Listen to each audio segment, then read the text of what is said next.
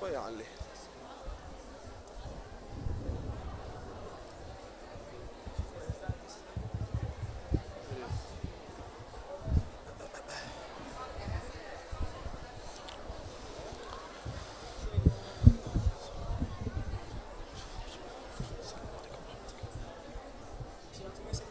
اي شربت.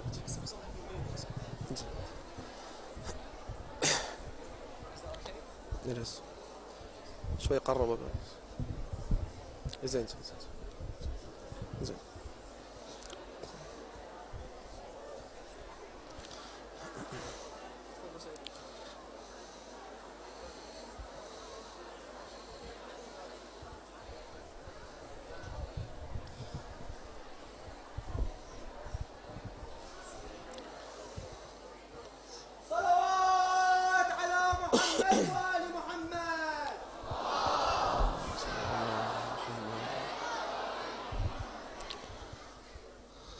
أعوذ بالله من الشيطان الرجيم.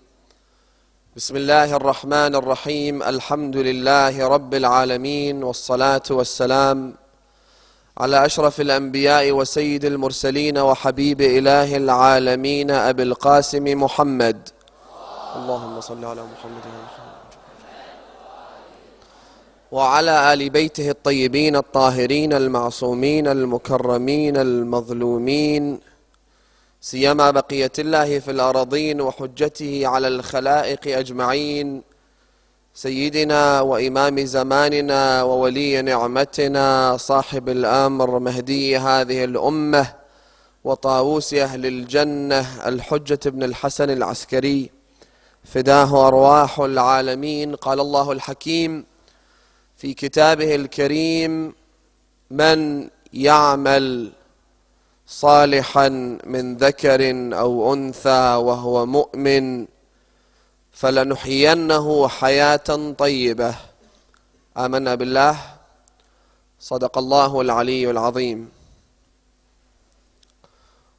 One of the ways we can ascertain whether something is indeed a living creature or not is to observe that thing, that entity, and that being, and see whether or not it grows. Growth, by definition, is one of the attributes of living creatures. We as human beings, we grow. We grow physically, we grow mentally, and we must also, in order to be able to attain perfection and a good life, which again is the prime focus of our lectures in these nights, we must also, at a simultaneous level, try to grow on a spiritual level. We must grow spiritually, otherwise we're not growing at all. In fact, we would be shrinking if at the same time that our bodies and our physical beings are growing, yet our spirituality is not growing at the same pace, we would in fact be shrinking. They say in mathematics, and specifically in the study of infinity, they said that if you had a distance of, say, 100 centimeters, and you wanted to take steps from point A to reach point B, which is exactly 100 centimeters away from point A, you would take the first step and you would take the distance of 50 centimeters, which is half the full distance. And then if you wanted to take the next step and half that distance, in other words, the first step would be 50 centimeters, the second one would be 25 centimeters, the third would be 12.5. If you reduce the distance you travel on an exponential basis with every step that you take, theoretically speaking, now because this deals with infinity, this theory hasn't been tested. It can't be tested. But theoretically speaking, mathematicians say that you will never reach point B. Even though, remember, you're traveling a distance. True, you're having that distance every time you take a step. I mean, the next step you take is always a step, isn't it? You're not going back. And you're not stopping. You're taking steps, further steps, and you're advancing towards point B. But because these steps are shrinking in size, and because they are being divided by 2, so that every next step is half the first step, mathematicians say that you will never reach point B. You know, and mathematically speaking, this is not very difficult to understand, because what integer divided by 2 equals 0? There's no such number. And so theoretically speaking, you'll never get there. If we don't grow, my friends, we would in fact be shrinking. And we will never reach the good life to which is all our aim. We will never achieve perfection if we are not on a constant growth at all times. At the same time that our bodies are growing, at the same time that our wealth is growing, at the same time that our social position is growing, if our mentality and our spirituality does not grow, we are closer to death than to life, which is exactly why one narration by Alulbayt, peace and blessings be upon him, says, Man kana ila nuqsan, man lam yakun ila ziyada fahuwa ila nuqsan. He who is not growing is in fact shrinking. وَمَنْ كَانَ إِلَى نُقْصَانٍ فَالْمَوْتُ أَوْلَى بِهِ مِنَ الْحَيَاةِ. And he who is shrinking is more worthy of death than life. So we have to be growing at all times. And one of the things that curb our spiritual growth and puts us in a state of paralysis where we are unable to grow spiritually is the committing of sins. Sins defying the orders of Allah the Almighty. He says, do this, we don't. He says, don't do that, we do. And there's actually one tradition, a very interesting one, where the Imam says, As-sabru thalatha. There are 3 categories of patience, 3 types of patience. As-sabru ala al-adhab, when you are patient in the face of calamities and pain and suffering, that is patience. You say that I do not blame Allah, for example, for the calamity that has befallen me. I have a problem, but it's my problem. I don't blame anyone else, and much less do I ever blame Allah. Now that is called patience. In other words, I have put my soul and my body through a strenuous exercise whereby the more I am pushed, the more there is force exerted onto me, the more I will be patient, I will be firm, I will not jump back up like a spring. And this is one of the utmost meanings of patience, and it's a great thing to do. Imam Hussain, his companions, his household, his children, they all exercised patience on the day of Ashura. Now patience doesn't mean that if somebody hurts you, you shouldn't do anything about it. That's a totally different topic, I won't get into that. But basically, you would also be patient by defending your own rights. Which is why the commander of the faithful, Imam Ali, peace and blessings be upon him, says, Al-haqqu yu'khadh wa la yu'ta. ضَاعَ حَقٌّ لَيْسَ وَرَاءَهُ مُطَالِبٌ. If you have a right, then it is your duty to demand that right. It's your duty to demand the right to be delivered to you. Your right is a responsibility. It's not just a privilege, if you know what I mean. Anyway, so the tradition then continues to say, there are 3 types of patience. One, where you are patient in the face of calamities and pain. وَالصَّبْرُ عَلَى الطَّاعَةِ. When you are patient in the face of obedience. Your father might tell you, you should take the garbage out of the house, for example. Now that might be a difficult chore. A lot of us don't like to do that.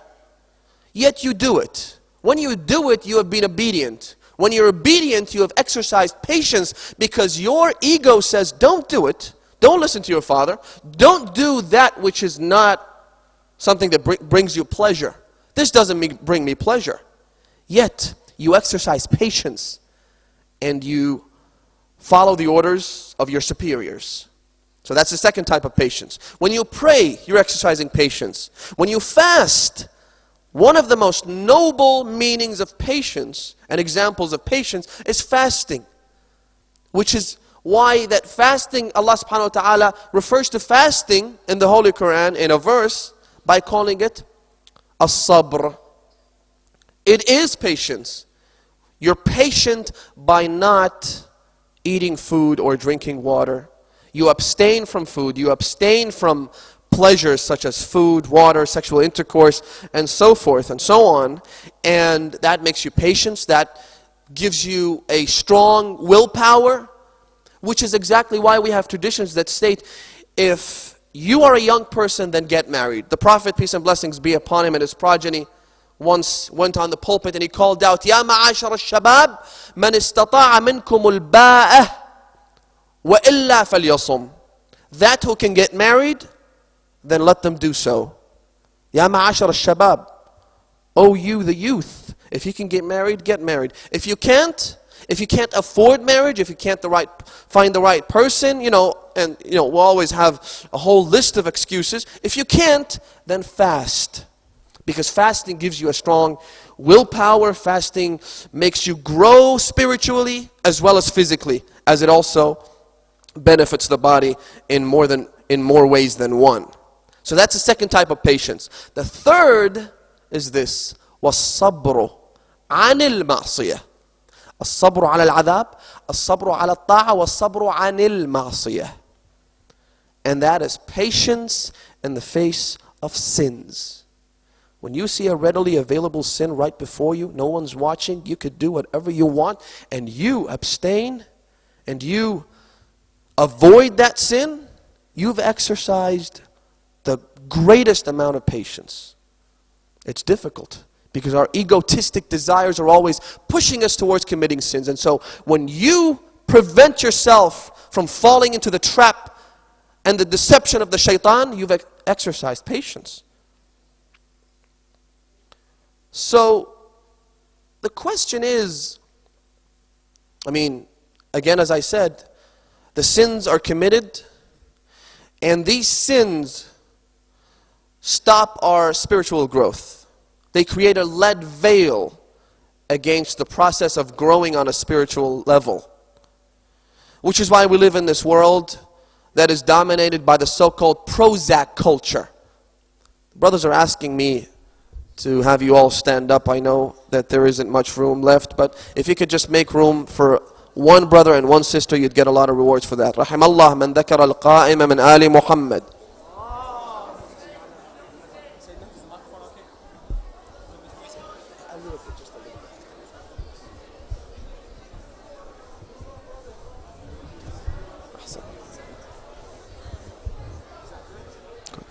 Excellent. شوية اي بس.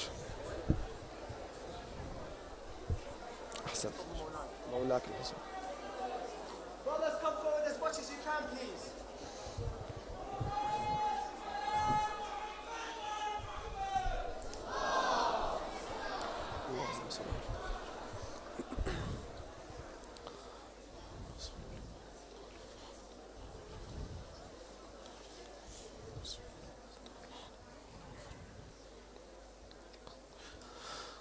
We live in a world dominated by the Prozac culture because for some reason many of us would like to believe that real happiness can be derived from chemicals, from drugs. We are not happy in our lives, we're not fulfilled in our marital lives, in our lives at school and academia, we're not happy in our social lives, we're not happy in our occupations and jobs, and so we try to substitute the happiness that we lack in our lives by using drugs that fool our brains into thinking that we are in a good state of mind and that we're happy. Which is why Prozac is one of the most subscribed medications in the world, especially in the Western world. You go to the Eastern world and you go to the, for example, to the Islamic world, and you don't find, I mean, you do find trauma because there's always a lot of wars, a lot of battles, a lot of famine, starvation, devastation, carnage. But people are not as empty as they are in the West. I mean, why is it, and I think I've mentioned this before, probably last year, why is it that Sweden has the highest rate of suicides among the youth? Why? I mean, Sweden is supposed to be a first world country where everything's in order, where people are wealthy, where people are supposed to be happy, where people, most of all, enjoy sexual freedom, where they can do basically whatever their animalistic desires wish, yet a lot of them end up committing suicide. Why? Why is it that we need Prozac to have us feel good and feel happy? We commit all these things, and sins, my friends, sins are basically defying the laws of nature. Allah subhanahu wa ta'ala has two sets of laws that govern the world and the universe. One set is the natural laws, and natural laws include, the law of gravity, for example, the law of cause and effect, and so forth. There's another set, and that is the laws of religion, the laws of faith, the laws of conduct between fellow human beings. If we defy those laws, then we end up with a very tragic state. If you wanted to defy the law of gravity, then you'll end up with 4 concussions, a broken hip, and that's only if you're lucky. Or you'll probably end up in a casket, dead cold. If you try to defy the law of gravity and throw yourself off the top of a building, you'll end up dead. So why is it that we find the nerve and the audacity and the shamelessness to defy the laws of God, the other set of laws that govern the universe? We have a tragic state in the world today. Crime rates are increasing on an epidemic proportion. Things are not the way they are supposed to because of us, because of the things we do, because we commit sins. Now, why is it that we commit sins? A young man sets out to ask Imam al-Rida. This is a very interesting question that I get quite often, sent me by emails and so forth. He sets out to ask Imam al-Rida, our 8th Imam, may God's peace and blessings be upon him, and the rest of Alulbayt. He says, "O my master, O grandson of the Prophet of Islam, are you barred from committing sins? In other words, you are forcefully prevented from committing sins because you're infallible." And we all know that someone who's entrusted with preaching the message of God has to be infallible. He cannot be someone who commits sins. If he commits sins, then you can't really trust him with the message of God. He has to be infallible. It's a logical condition for anyone who brings you a message from the infallible God of the worlds. And so this man is interested in knowing how the Imam is able to avoid sins. It's a very interesting question, because if the Imam willfully avoids sins, then maybe we can take the techniques that he uses and apply them in our lives and avoid sins ourselves. But if the Imam, on the other hand, if the Imam is forcefully barred and prevented without exercising any choice from committing sins, then there really isn't much we can do to follow his lead and to follow his example. Unless, of course, we do something that elevates us to a level that is comparable to an Imam, where we also become infallible. So is it by choice or is it by decree? The Imam accompanied him outside in the streets when he asked that question. And the Imam walked past a butcher's shop and pointed towards a bunch of filthy, blood-clotted garbage that was lying in the corner of that shop. The Imam looked at the young man and pointed at the garbage and said, "Would you ever eat that?" The young man was disgusted. "No, I would never even think about eating that." Now remember, we would never eat filth and garbage, which is that disgusting, such as cow's intestines or something, It's disgusting. We would never eat it under normal circumstances. Now, if I was starving to death, that's a different story. If someone is starving to death, they would probably eat a rock if they found it. But under normal circumstances where we do have a choice, and remember, when it comes to sins, my friends, we do have a choice. Don't you go around fooling yourself that I don't have a choice, I did it because I had to. That is not the case, my friends. We all exercise a choice. It's a clear choice. At some stage along the way, during the process of walking towards that sin, we exercise a choice. It could be in the beginning, could be at the end, it could be multiple instances of us making that choice, but we always make a choice. And you can test yourself to see whether or not that's true. So, we're talking about normal circumstances where we do have a choice. If you were hungry, but not starving to death, would you eat that filth? Of course not. You'd never think about it, would you?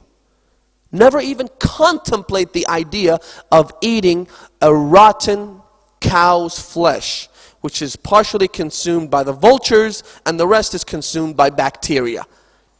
It's just despicable. It's disgusting. You can smell the stinking odor from far away. So you'd never even think about eating that, would you? The Imam said, sins to us are like this filthy, rotten garbage, which is covered by animal blood. We don't even think about committing sins. You know what our problem is, my friends, my brothers and my sisters? We don't mind thinking about sins. Now, a lot of us, alhamdulillah, we might never, do something, commit a sin willfully. But we don't mind thinking about it. In fact, we don't mind looking at other people committing those sins. That's why we watch TV most of the time. True, it's not all sin, but we don't mind thinking about it. We don't mind contemplating it. We don't mind looking at other people doing it. And it's as if someone is walking into a house that is burning with fire, and somehow we feel immune and say, look, I'm going to walk into the house, but I won't catch the fire. Somehow I'm immune.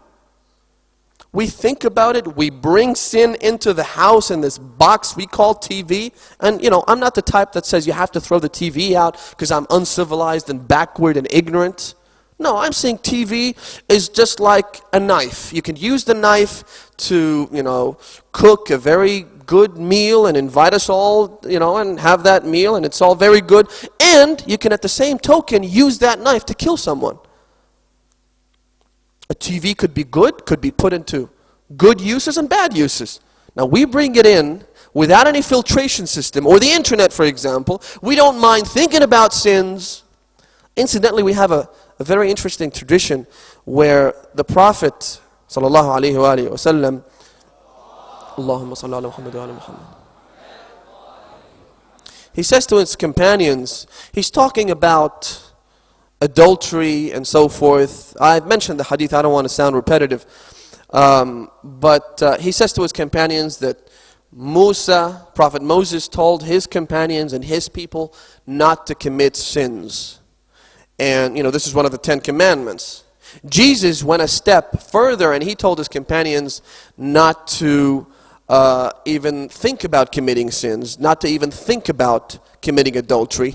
And I go another step further and tell you not to even do something that might lead you into thinking about committing adultery. Don't even cast your eye on a person of the opposite sex that, this look might lure you into committing the sin of adultery. Maybe 10 years down the track. But don't do something that might lead you there. We don't mind thinking about it. That's our first problem. The second problem is that we eat that rotten flesh and we actually think it's sweet. It's disgusting, but we think it's like honey. And when you hear some people talking about certain sins, and they're very descriptive in the way they convey the message, as in trying to tell you how good it felt and how nice it was and how sweet it seemed to them. But then again, A rotten flesh is a rotten flesh. It looks ugly. It smells with a very bad odor. It stinks. It's simply despicable. So when it comes to a rotten corpse, it's easy to avoid it, right? What about sins? Sins don't seem that way. Oftentimes sins are very attractive, very nice looking. You know, it's as if, they've got all these arrows pointing at them and flashlights saying, oh, commit me, do this. They don't look as bad. I know, the way I'm describing it, it's very bad. But in the real world, it's not like that, is it?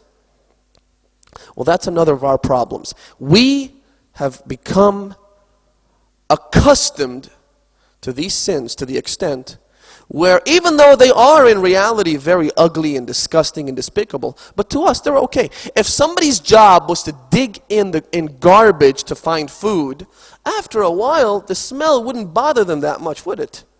It becomes normal. It becomes a part of the norm.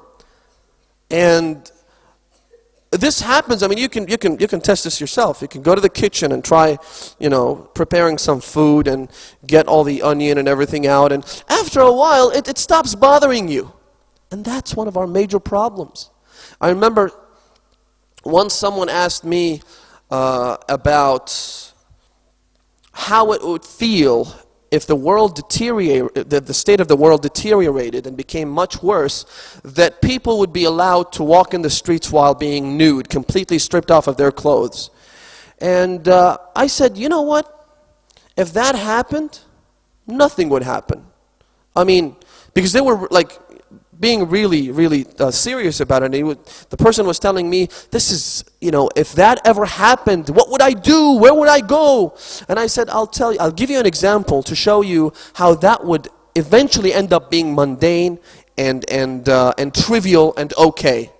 He said, how so? I said, imagine a situation where you are walking in an evil world, where, say for example, you take your kids and your family on a nice family day out to the park, you want to enjoy the sun and the fresh air, and you go out there, and all of a sudden from the distance, you see a woman, and then you focus, and you see that her arms, and her ankles, and her legs, and God have mercy on our souls, even parts of her bosom are showing. Now, judging from those giggles, I think I have a pretty good idea of what you're thinking. Where the hell does this guy come from again? Is it the Tora Bora mountain ranges in Afghanistan or something? Where have you been? We see this all the time. You see, that's the problem. We see it all the time, and it becomes okay. Now, according to Islamic rulings, we all know that revealing parts of your bosom for a woman, as well as a man in public, and your legs and your hands is haram, isn't it? Isn't it? We all know it is. But why is it okay? We hardly ever think about it. We go out on the streets and we interact with people, and we go to work, we go to school, we go to university, and it becomes normal. If people started appearing on the streets while being naked, the first few days it would look pretty bad. Some people might protest that. It's, a lot of families might stop their children from going on in the street. But then it becomes normal, my friends. Just like other things, other sins are normal today. Which is why they shouldn't be normal. So that's another reason why we commit sins, even though we see them most of the time as the rotten filth they really are. The imams never even contemplate committing sins because to them, this is an ugly thing. To us, it is no longer ugly. Another reason why we commit sins is because, frankly, we're outnumbered. We have society. We've got the billboards, the magazines, the internet. Our peers, our friends, our colleagues, our classmates, society generally speaking. If a woman doesn't dress up, if a woman doesn't take care of her appearance, if a woman doesn't reveal her beauty to strange people, if a woman doesn't shave her legs and, show it to everyone, that woman would become the subject of ridicule and harassment. She would be looked at in a very, very bad way. So we are pushed by society on a constant basis to achieve a false sense of perfection. A perverted false sense of perfection. They have a standard set by society. This is perfection. What's perfection? Kate Moss. What's perfection? Jennifer Aniston. What's perfection? Elle. What's perfection? This and that. And these standards keep on changing and shifting from one to another. So we have these standards. Society literally worships these role models. And anyone who doesn't follow their lead is subjected to ridicule and harassment. That's the first thing. As I said, we're outnumbered. We've got the entire society. Which is why Allah subhanahu wa ta'ala wants to get us all grouped together. That's why we have congregational prayers. That's why we have Friday prayers. That's why we have Hajj, where everyone goes along with everybody else to Hajj and performs everything at the same time in the same place.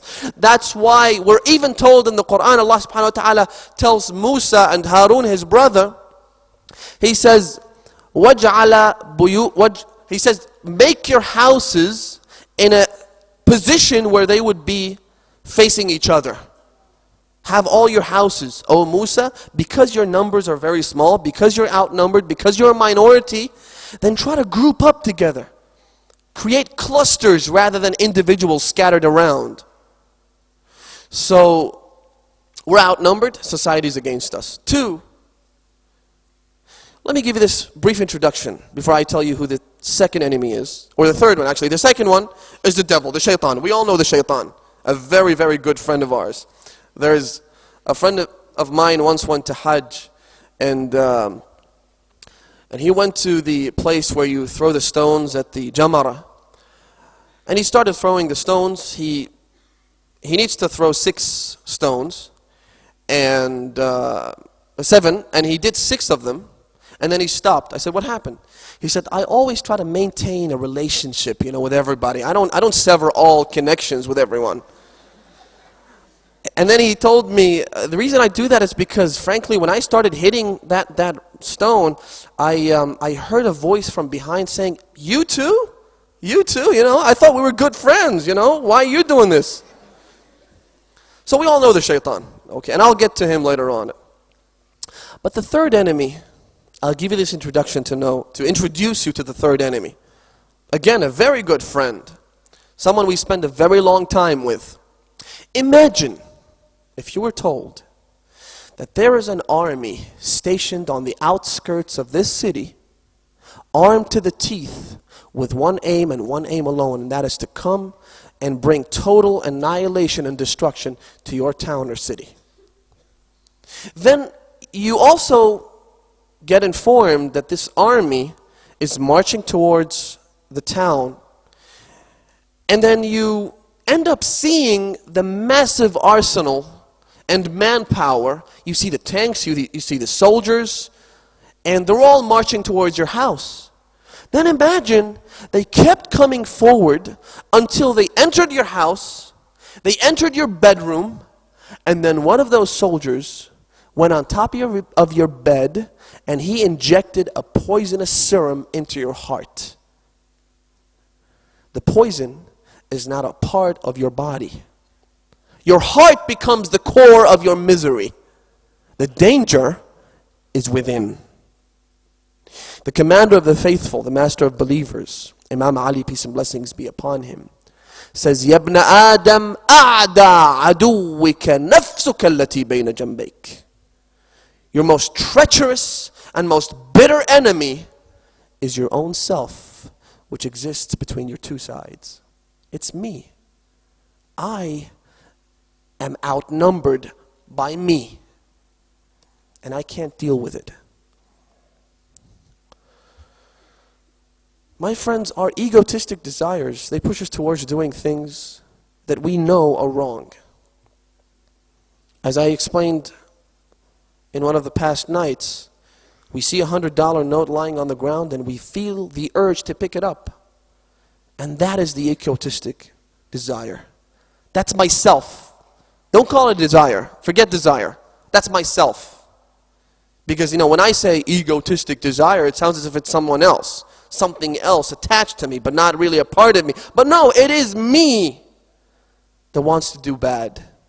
It is me that is working in partnership with the shaitan, in a partnership of destruction, in an evil, sinister partnership that wants to lead me into the lowest pits of hellfire.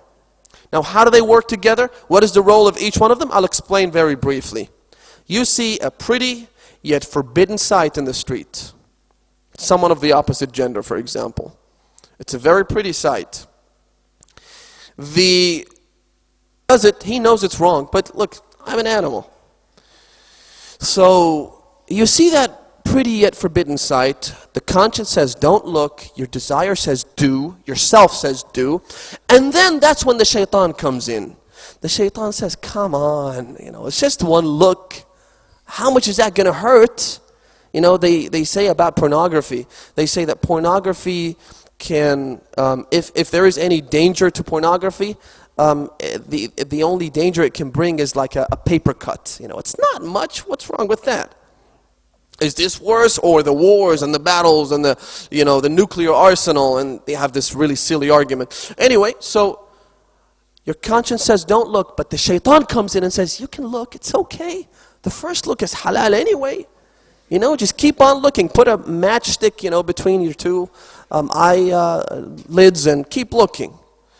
And then it starts to tell you, look, what do those scholars know anyway? The ones who said it's haram. They live in those remote villages, not knowing what's going on in the real world, and you feel yourself becoming more and more hostile towards the faith. You start justifying, but then it becomes a hostility towards the faith. Those scholars don't know what we go through. They don't know what's happening in the university and in the cafes and in the bars and in the streets. They have no idea. Who cares what they say? Which is exactly why in the month of Ramadan we have traditions that say the evil spirits and the devil and the Satan is prevented from getting people into committing sins during the month of Ramadan. They're tied up and they can't do anything. But there are still people that commit sins, aren't there? It's not like true crime rates drop by 50% during the month of Ramadan in many countries. That's all very good. But there are still people that commit sins, right? Why? Because even though the Satan is tied up and can't get to you, the self is still there. You making those justifications and pushing yourself into evil actions, you are still there. I am still there. Which is why we need to engage in active, armed jihad with ourselves. Ooh, the J word. It's scary, isn't it? Well, you bet it is. You bet it is. This is the greater jihad. Oftentimes we try to describe the concept of jihad to non-Muslims, and we say, oh, there's the greater jihad and the lesser jihad. And we tend to forget all about the greater jihad, as if it doesn't exist. Yet you have people that kill innocent people, shed innocent blood, killed thousands in the name of Islam, because, they tell you they're mujahideen, they have jihad. They strive, they struggle. Well, the first struggle that they should maintain is their struggle with their own selves. That says, kill, shed blood, do this, do that. That's the first thing they should do. Which is why a mihrab, you know what a mihrab is? In a mosque, the place where the imam prays is called a mihrab. A mihrab literally means a war zone, a battlefront. Because this is a place that you battle with yourself. This is a place where you are at war with your own ego. This is a place where you're supposed to fight the shaitan. The shaitan's telling you, why are you praying? Go watch The Bachelorette on TV, for example, or go to the movies. But you fight yourself and you stay there and you pray towards the Almighty Allah. And you worship Him. That's why it's called a mihrab. It's a battle zone and it's a bloody war that goes on in the mihrab and in the mosque. And even the designated place in your house. Even that is called a mihrab. In your house you can designate an area and pray there all the time. And that is your mihrab. That is your battle zone. And so, if we fight this desire, then I think we stand a chance at our external adversaries, the people that fight us externally. We can only defeat them if we have defeated the desires within ourselves, the enemy within, the poison in the heart. Which is why the commander of the faithful, in another tradition, he says, مَيْدَانُكُمُ الْأَوَّلْ أَنفُسُكُمْ. Your first battlefield is yourselves. فَإِنْ قَدِرْتُمْ عَلَيْهَا فَأَنْتُمْ عَلَى غَيْرِهَا أَقْدَرُ. If you're able to defeat yourselves, then you're able to defeat others. وَإِنْ عَجَزْتُمْ عَنْهَا فَأَنْتُمْ عَنْ غَيْرِهَا أَعْجَزُ. And if you're unable, if you're too weak to defeat yourself, then you'll be too weak to defeat your external adversaries and your external enemies and foes. As I said before, these conspiracy theories, some of them are true, some of them are not, but I think our first and major battle, my friends, should be within, before we even begin to think about fighting someone else in the outside world. The major war is going on within ourselves. It's when you look at a pretty sight, it's when you go to a place and you start making these justifications. Let me tell you this, my friends, and move on to the tragedy. We have a tradition where the commander of the faithful, Imam Ali, peace and blessings be upon him, says, it's about music. Look, I want to talk about music because I know it's a major problem. And at the same time, I know that it's a major problem because a lot of us are addicted to it. Music actually, if you ask any psychologist or any doctor, you would know that music has an addictive nature to it. You become addicted to it. When someone smokes and they can't give up smoking, it's because they've become addicted to nicotine. And it's difficult for them to give that up, to give up that habit. It's not impossible, it's difficult. Now when it comes to music, it's difficult, and people come up to me and they tell me, look, can you tell me where in the Quran Allah says music is haram? And I say to them, how come you never ask me where in the Quran Allah says that the morning prayer is composed of 2 rak'at? How come I never get that question? Because it's not a problem. Because we'll just, we'll take it the way we've been told. We'll pray salat, the morning prayer 2 rak'at. Because, it's not that big of a deal, is it? But music it's difficult. I can't let go of it. It's hard because I've become addicted.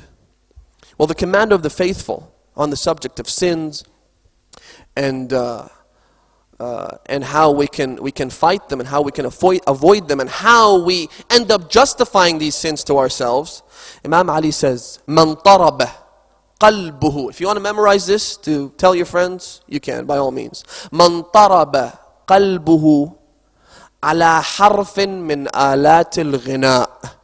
That he whose heart shakes. That tendency that people have when they listen to music. They want to shake it up, don't they? They want to shake it. He whose heart shakes upon listening to a note of musical instruments. It's very, very beautiful, immaculate words used by Imam Ali. A note, a letter of musical instruments has slapped Ali onto his face. Now, you want to listen to music? By all means, be my guest. You can do whatever you like. But know this, that when you're listening to music, you're slapping Imam Ali on his face, left, right, and center. You want to justify for yourself? By all means.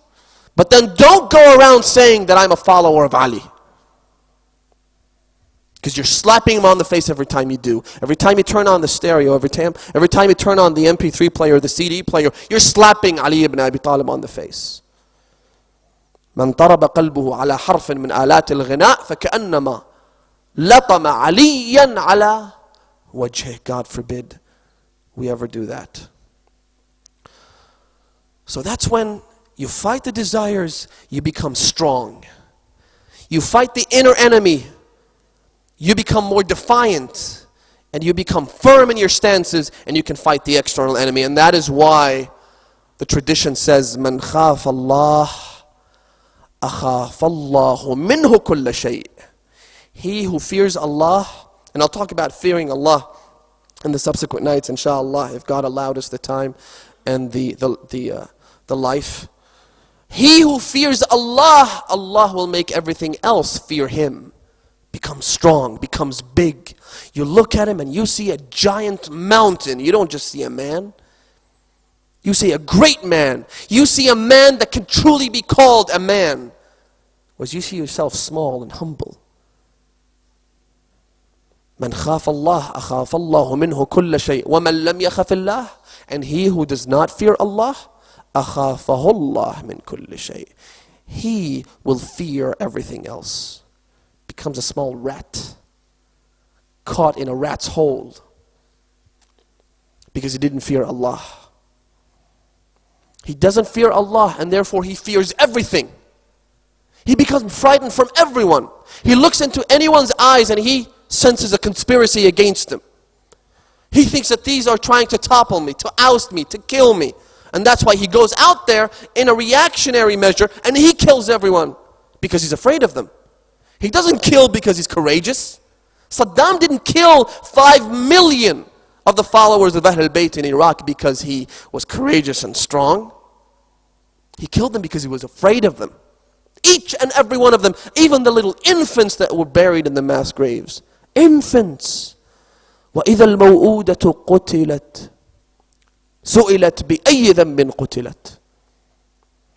When the infant child is buried alive, she is then asked, for what sin was she killed? Even the infant, Saddam was afraid of them. The Pharaoh was afraid of the infants, the unborn children of the people of Israel, the Israelites. That's why he terminated 40,000 pregnancies, aborted 40,000 pregnancies, and killed all the fetuses because he was afraid of them. That someday, somehow, they will revolt against him and they will topple him. But if they fear Allah, if one fears Allah, he becomes like the man of this night, Abu al-Fadl al-Abbas ibn Ali, the son of the Lion of Allah. He feared Allah, and he therefore had no fear of his creations. Abbas, wama adrak, man Abbas. Where do I begin when talking about Abbas?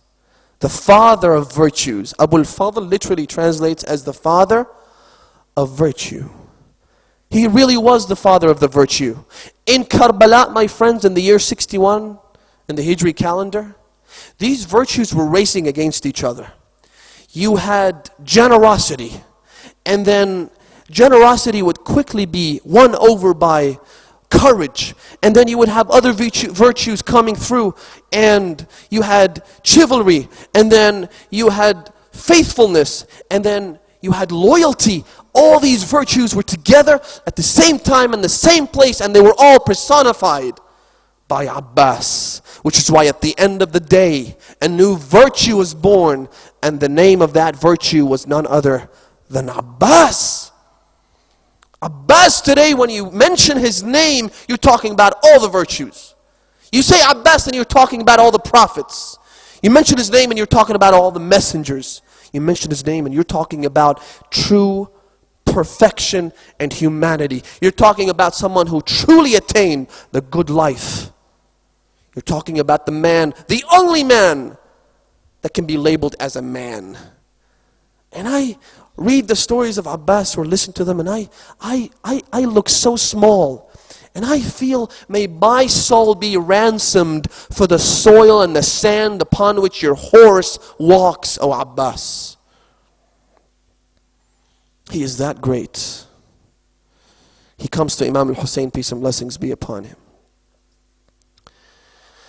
After all the companions were dead, everyone was gone. Imam Hussain was left by himself, along with the women and the children.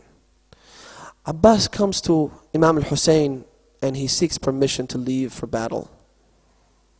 Sayyidi wa Mawlai, ata'adhanu li bil-qital. Do you grant me permission to leave? Imam Hussain immediately starts crying. He says, but oh brother, if I let you go, then I'll be left by myself. If I let you go, Abbas, I will have no one to bear my standard. You are the bearer of my standard. You are the holder of my flag.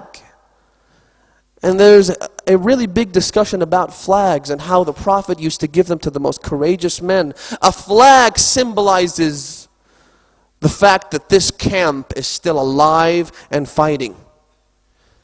The flag gave everyone else hope. When the flag fell, the entire army fell. Oh Abbas, you're the standard bearer of my army. You're the one that holds my flag. If you're gone, I will have no one to lean upon. I will have no one to protect us. There won't be anyone to answer the call of the children, O Abbas.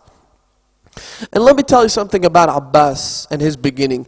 Abbas, my friends, was conceived to die. Subhanallah, it is unbelievable. The story of Abbas, it's truly amazing. Imam Ali tells his brother Aqil, who was very informed and knowledgeable about the ancestry of Arabs and their lineage.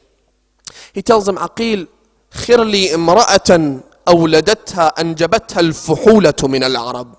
Aqil, I want to marry a woman who's been conceived by the masculine Arabs. I want a woman who will give me a son named Abbas that will defend my other son Hussain in the battle of Karbala. I want a woman that will give me 4 children that will shed their blood in the way of their Imam and their master. And Aqil introduced Imam Ali to Fatima al-Kilabiyya, also known as al-Baneen. Fatima al-Kilabiyya married Imam Ali, peace and blessings be upon him. And on her wedding night, she was delivered by her family, by her father, by her brothers, to the house of Imam Ali alayhi salam after they got married. She was delivered to his house. But as they reached the house of Imam Ali alayhi salam, Fatima al-Kilabiyya said to her father and her brothers, please wait here, wait for me. Get someone. Wait here, I'll go inside and I will seek permission from Imam Hassan and Imam Hussain.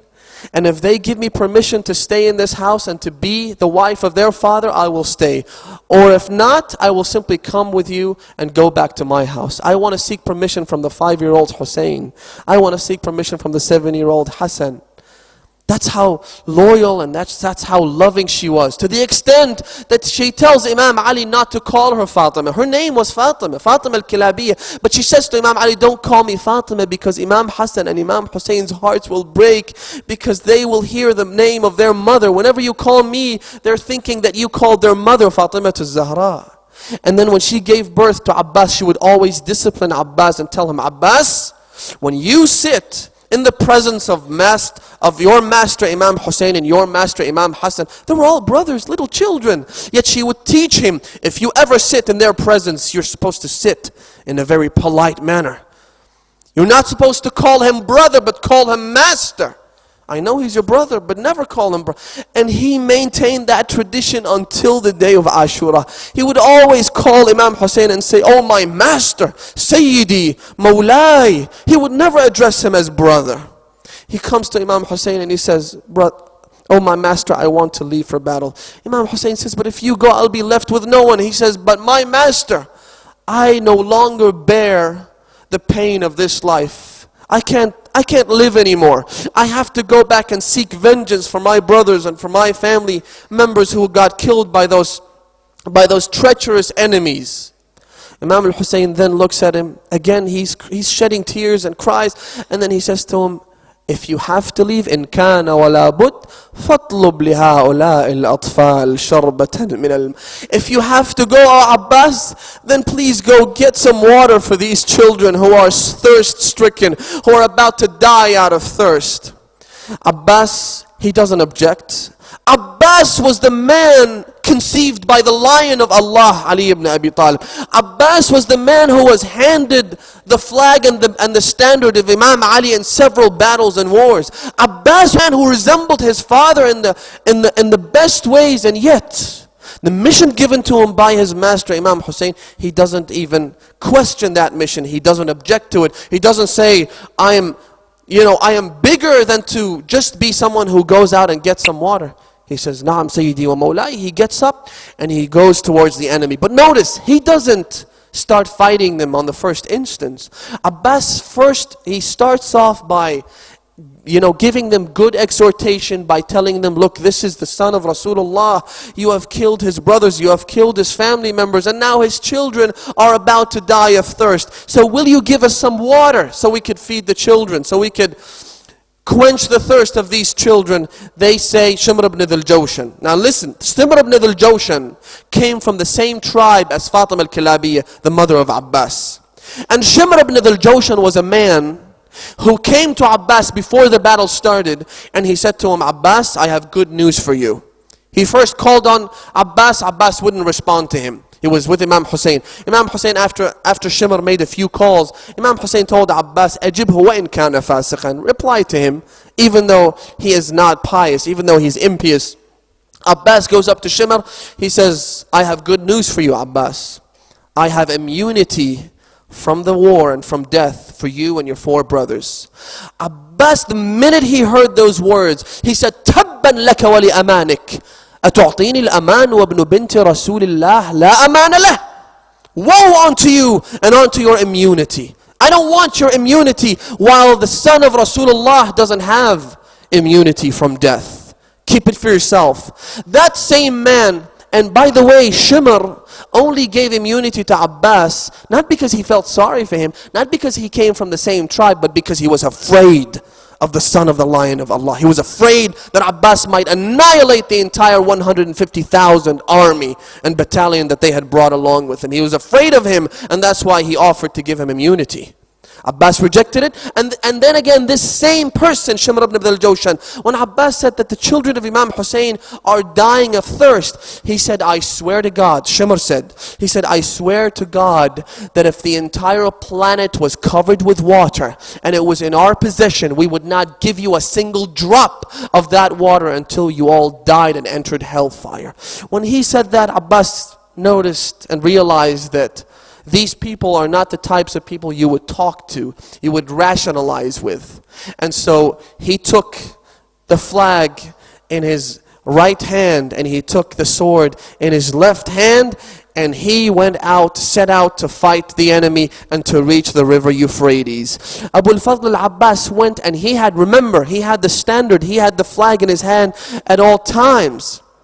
And he went towards the river Euphrates, and he pushed aside 4,000 men because they were so afraid of him. He revived Ali ibn Abi Talib by his moves. And one narrator actually says that all you could see is heads flying and hands flying. Abu al-Fadl al-Abbas was annihilating them, and so they all ran away from him. He reached the water, and this is where miracle is brought. This is where Allah subhanahu wa ta'ala is worshipped. This is where humanity is perfected. Abu al-Fadl al-Abbas, after 3 days of not tasting the water, he enters the river Euphrates with his horse. He comes down from the horse, and without giving any attention to his needs and desires, he had the water container in his hand, but he placed his hands, the cupped hand, in the water, and he lifted it up to drink it. The enemy troopers were standing by. They didn't know what happened. All they saw was Abbas throwing the water back into the river and then filling the water container and leaving. They didn't know what happened. What did he do? Why didn't he drink? Until they heard him say, يا نفس من بعد الحسين هوني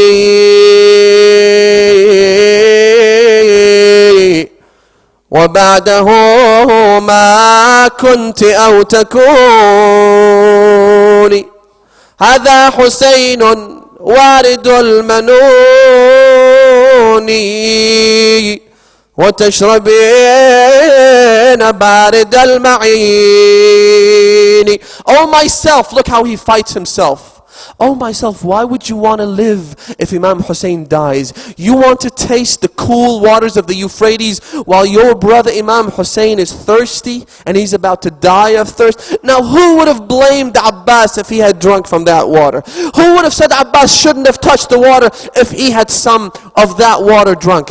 Abu al-Fadl al-Abbas doesn't want to drink, not because someone's looking at him, not because he wants to bring the water back to Imam Hussain, but because he wants to be on equal footing with Imam Hussain. Because he wants to say, oh brother Hussain, if you are not drinking the water, then neither am I. I am prepared to die before I drink water while you are still thirsty. He goes out into the battlefield. His only aim and mission is to bring back the water container to Sukaina. Sukaina, he promised her water. Sukaina, the daughter of Imam Hussain alayhi salam, she asked him, Abbas, oh Uncle Abbas, please bring us some water back. Wa'atashah, wa'atashah. They were all crying out, oh the thirst, oh the thirst. And so Abbas's only mission was to bring the water container back to the camp. But along the way, as he was going back, some of the enemies waged war against him. They went out. One of them struck him with a sword on his right hand and severed it. At that moment, Abu al-Fadl al-Abbas cried out, Wallahi in qata'tumu yamini, inni uhami abadan an dini, wa an imamin sadiq al-yaqini. I swear to God, if you cut my hand, I will continue to protect my faith. Not protect myself, not protect the left hand, but protect my faith and protect my master Abu Abdullah. As he was going towards the camp again, he held the sword in his left hand. At that, when his right hand was severed, he held the sword in his left hand and he had the standard. Now imagine Sakina is in the hands of Lady Zainab, her aunt Lady Zainab salamullahi alayha, and she's looking, she's observing the battlefield, and she's telling Zainab what's happening. At one moment she was being held by Zainab salamullahi alayha, and she said, oh Aunt Zainab, I think the hand of my uncle has just been severed, because I see the flag, I see the standard being swayed from one side to the other, because he was holding it with his chest that was touching the horse. And the prime intention again was the water bag, was the water container. Abu al-Fadl al-Abbas, as he was going back again, trying to get to the camp as soon as possible, another man came towards him and he struck his left hand with the sword and severed it. Rahimallah man nada wa abbasa wa sayyidah. But he didn't bother, because the water bag was still safe and he could take it back to the camp. But as he was going, arrows were showered at him. One arrow struck his eye, another arrow struck his throat, a third one struck the water bag, and the water started gushing out of the bag. When that happened, it's as if time itself came to a halt. Abu al-Fadl al-Abbas stopped. He couldn't care less about his eye, he couldn't care about his hands. But now that the water's gone, how am I going to go back to the camp? How will I come and greet Sakina alayhi salam? The water's gone. He stopped. He can't move forward. He can't do anything. It was at that moment when another man came and hit him on his head with an iron bar. Rahimallah man nada wa abbasa. Sukaina is being held by Zainab, remember, and she sees what happened. All of a sudden she says to her Aunt Zainab, bring me down, because the standard has just fallen. I swear to God that Abbas had to fall head first onto his face, because he didn't have hands to shield himself, and he had the arrow in his eye, planted in the eye. He fell head first onto his face until he let the standard fall. He called out, Assalamu alayk ya Aba Abdullah. Peace be upon you, O Aba Abdullah ya Hussein. When Imam al-Hussein heard the voice of his brother, he rushed towards the scene. Everyone fled away from Imam Hussein like lambs being charged by a lion. And Imam Hussein chased after them, saying, where do you flee when you have killed killed my brother. إلى أين تذهبون وقد كسرتم ظهري? Where do you flee when you have broken my back?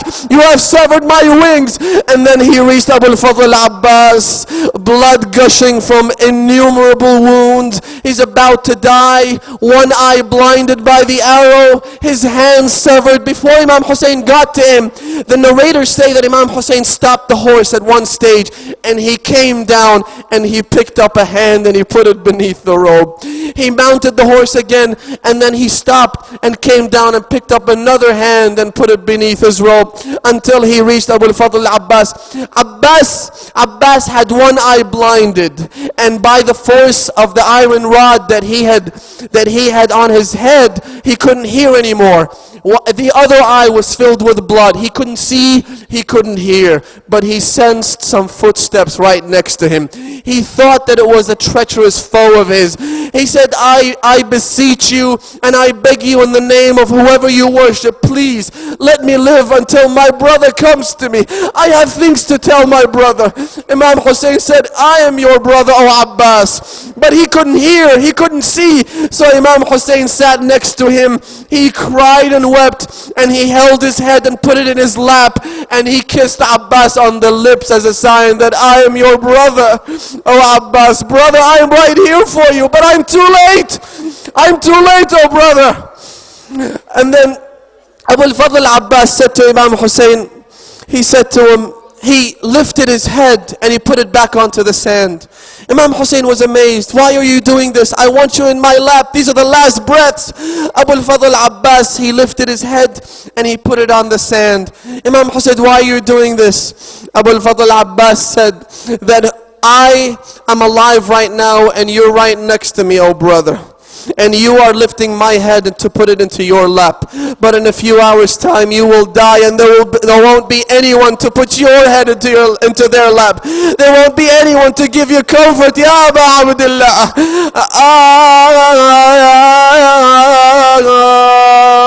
One more thing, Ya Imam Hussain, Ya Aba Abdullah, please don't take my body back to the camp. Don't take it back, because I promised Sakina, I promised her for some water, and I can't face her anymore. I don't have the water to deliver. So don't take me back to the camp. يا خويا من يغمض لك عيونك يا خويا من يغمض لك عيونك ومن يقف بوقت ومن يقف بوقت الموت دونك. No one's going to be next to you, Ya Aba Abdullah, when you die. يا خويا حسين سلم لي على ختنا. Ya Aba Abdullah, when you go back, tell our sister Zainab that I'm sorry, oh Zainab. I'm sorry because I brought you here to Karbala, but I won't be here to take you back to your house. I'm sorry, sister. يا خويا حسين سلم لي على ختنا وقالها المنية فرقتنا. يا خويا وبعد لا تنتظر سكنة and tell Sukaina not to wait for the water anymore because I don't have it. يا خويا وبعد لا تنتظر سكنة وبعد هيهات تجيب لها المي. أبا الفضل يا من أسس الفضل والإباء، أبا الفضل إلا أن تكون له أبا. لا حول ولا قوة إلا بالله العلي العظيم. إنا لله وإنا إليه راجعون.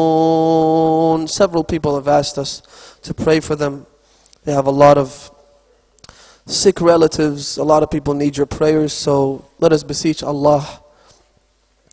with the holiness of this verse. أَمَّنْ يُجِيبُ الْمُضْطَرَّ إِذَا دَعَاهُ وَيَكْشِفُ السُّوءَ أَمَّنْ يُجِيبُ الْمُضْطَرَّ إِذَا دَعَاهُ وَيَكْشِفُ السُّوءَ أَمَّنْ يُجِيبُ الْمُضْطَرَّ إِذَا دَعَاهُ وَيَكْشِفُ السُّوءَ أَمَّنْ يُجِيبُ الْمُضْطَرَّ إِذَا دَعَاهُ وَيَكْشِفُ السُّوءَ أَمَّنْ يُجِيبُ الْمُضْطَرَّ إِذَا دَعَاهُ ويكشف السوء.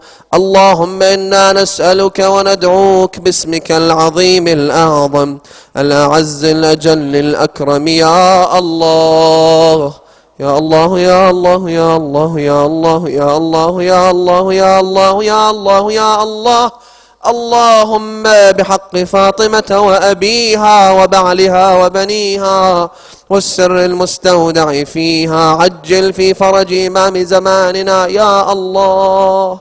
اللهم واجعلنا من أصحابه وأعوانه وشيعته ومحبيه والذابين عنه والممتثلين لأوامره ونواهيه.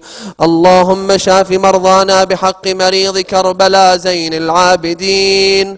اللهم أعدنا إلى أوطاننا سالمين إلى سالمين.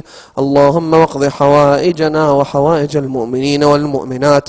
أيد وسدد علماءنا مراجعنا العظام خاصة سماحة آية الله العظمى السيد علي السيستاني. اللهم احفظه بحفظك أيده بنصرك. اللهم وارحم موتانا وموتى المؤمنين وإلى أرواحهم نهدي ثواب سورة الفاتحة مع الصلوات. اللهم صل على محمد.